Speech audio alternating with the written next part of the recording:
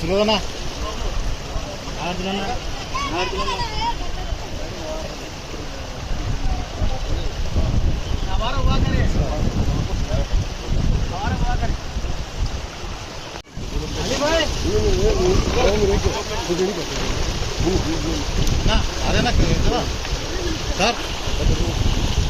भाई अफरोज भाई पीछे का भाई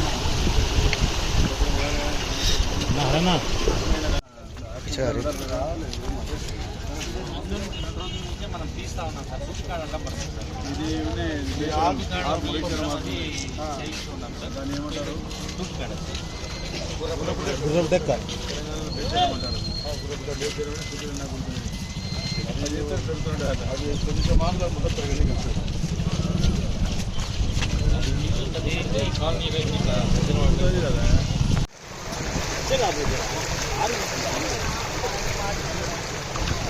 సార్ సార్ ముందుకు పోవాలి సార్ సార్ సార్ నాగార్జున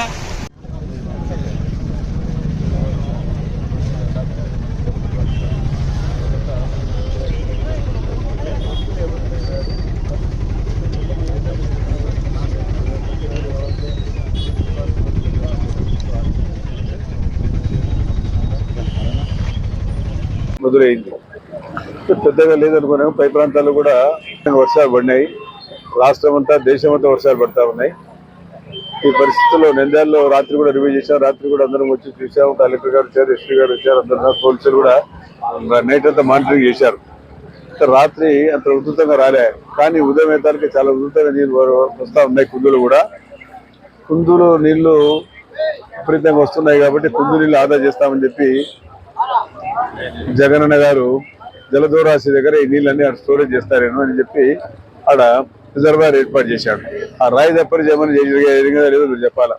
కనీసం ఈ నీళ్ళన్న పోయి అక్కడ స్టోరేజ్ అంటే ఈ పరిస్థితి వచ్చేది కాదు. కాబట్టి దాదాపుగా అనాదిగా ఈ ప్రాంతంలో చాలా తక్కువ ప్రాంతం కాబట్టి ఎక్కువగా పేద ప్రజలు నివసిస్తున్నారు కాబట్టి వారికి మొదటి కూడా ప్రభుత్వం అండగా ఉండి అన్ని కార్యక్రమాలు చేశాం. మళ్ళీ ఇప్పుడు కూడా వాళ్ళు అప్రమత్తం చేస్తూ ఉన్నాం. ఎందుకంటే ప్రజలు అప్రమత్తంగా ఉండాలా. మళ్ళీ నీరు పెరిగే పరిస్థితి ఉంది కాబట్టి మీరు సురక్షితమైన ప్రాంతాలు పోవాల్సిన అవసరం ఉంది. మరి వార్డు కౌన్సిలర్ కూడా తెలియజేస్తా ఉన్నా, మీరు కూడా ఇక్కడ ఉండి వారికి కావాల్సిన సదుపాయాలు ఏం కావాలో ప్రభుత్వ తరఫున ఏ సహకారం కావాలో అవన్నీ చేస్తాం.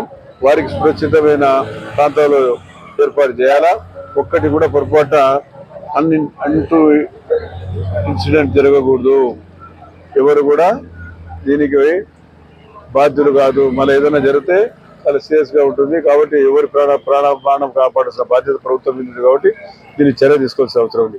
కింద కూడా చూసాం ఇందాక కుందులో అయితే విపరీతంగా నీళ్లు పోతున్నాయి. కుందులు కూడా ఆ రోజు కుందు ఎడలు చేయకపోతే నంద్యాల పరిస్థితి ఏమిటది. 2017లో చంద్రబాబు నాయుడు గారు కుందులు ఎడలు చేశారు కాబట్టి సరిపోయింది. లేకపోతే ఈ పార్టీకి బస్ స్టాండ్ దగ్గర నీళ్ళు వచ్చేటి.